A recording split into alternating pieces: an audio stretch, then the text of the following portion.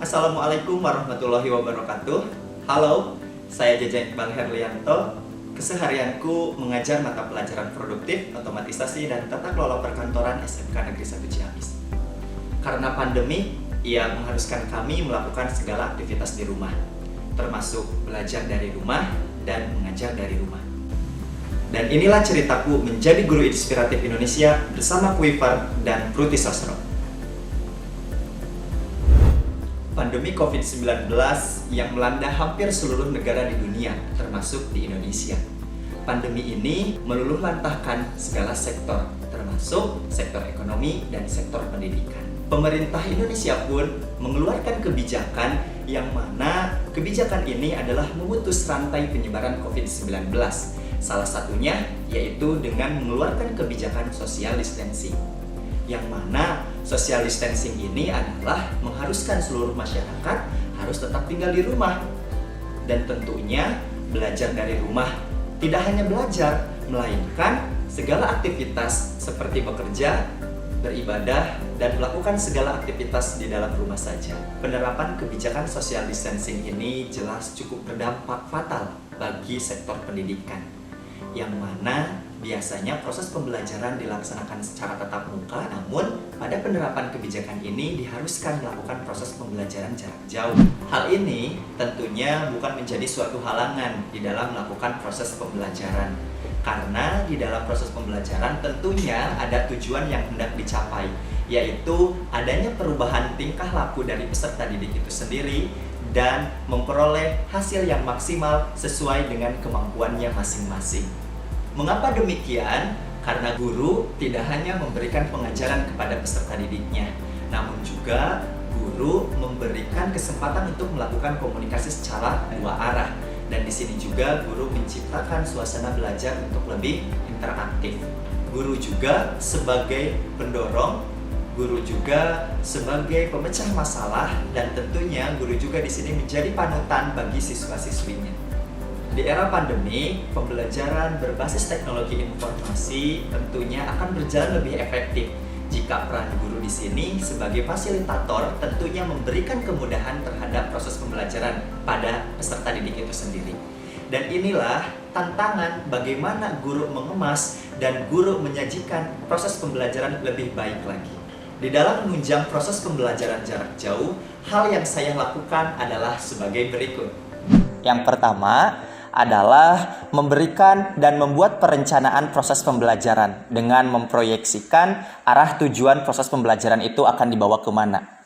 Di mana perencanaan tersebut tertuang tujuan dari proses pembelajaran, metode pembelajaran, dan tentunya adalah evaluasi nanti di akhir proses pembelajaran. Yang kedua adalah aktif di dalam kegiatan diskusi online ataupun webinar, yang mana tujuan dari keikutsertaan mengikuti kelas tersebut adalah untuk menambah keilmuan saya. Dari mana dari kegiatan tersebut akan dibawa dan akan ditransferkan kembali kepada peserta didik, sehingga menjadi penguatan di dalam proses pembelajaran.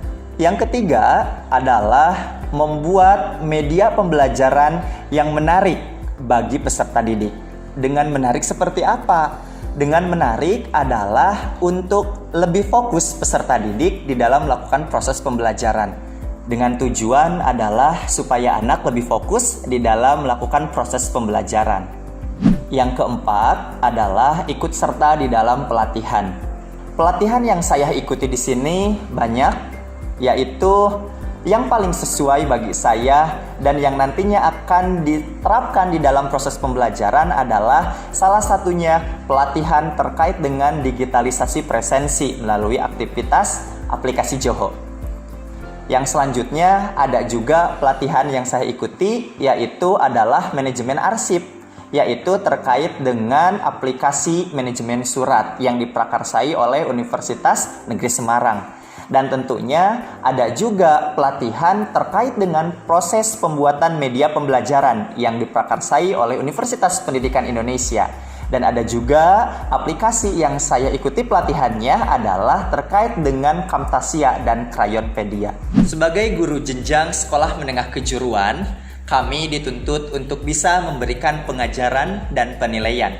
Bukan hanya penilaian terkait dengan pengetahuan, keterampilan, sosial, dan spiritual, namun juga dituntut untuk bisa memberikan pengajaran yang baik dan optimal.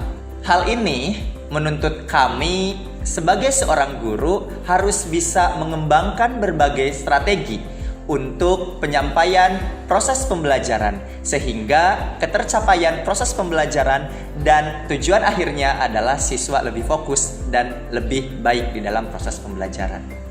Yang menuntut saya melakukan dan mengatur strategi yang baik dengan tujuan adalah supaya anak fokus dan cepat di dalam menerima proses pembelajaran. Dan strategi tersebut adalah sebagai berikut. Hal pertama yang dilakukan oleh saya untuk meminimalisir kecurangan anak di dalam proses pembelajaran, saya menggunakan aplikasi Johofom. Johofom ini adalah salah satu aplikasi digital presensi yang mana anak tersebut tidak terlihat di dalam proses pembelajarannya karena dilakukan dari rumah. Akan tetapi hasilnya anak tersebut dilihat dari presensi tersebut. Biasanya saya menggunakan ada nama, ada kelas, serta ada tanda tangan. Dengan adanya tanda tangan tersebut meminimalisir anak tidak berbohong di dalam proses pembelajaran. Di dalam proses penyampaian bahan ajar ataupun materi yang saya sampaikan kepada peserta didik, di sini saya menggunakan LMS atau kita sebut dengan Learning Management System. Di LMS ini memudahkan saya untuk memberikan informasi berupa bahan ajar kepada peserta didik. Di sini juga kita sebagai guru bisa memantau aktivitas dari pekerjaan anak.